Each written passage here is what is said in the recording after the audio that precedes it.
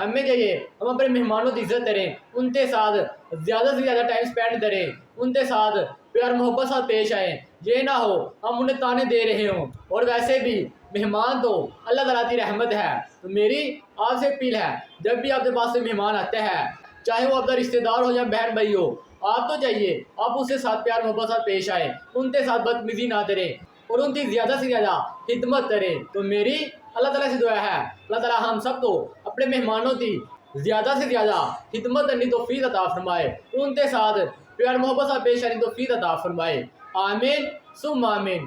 اور آپ صلی اللہ علیہ وسلم نے یہ بھی فرمایا ہے وہ شخص آباد رہے جو میرے حدیث سنے اسے دوسروں تک پہنچائے۔ تو اس ویڈیو کو صدقہ جاریہ سمجھ کر اپنے تمام مسلمان بہن بھائیوں کے ساتھ ضرور شیئر کر دینا۔ تو امید ہے آپ کی انفارمیشن میں اضافہ ہوا ہوگا۔ اس طرح کی مزید انفارمیشن کے لیے میرے پیج کو ضرور فالو کر لیں۔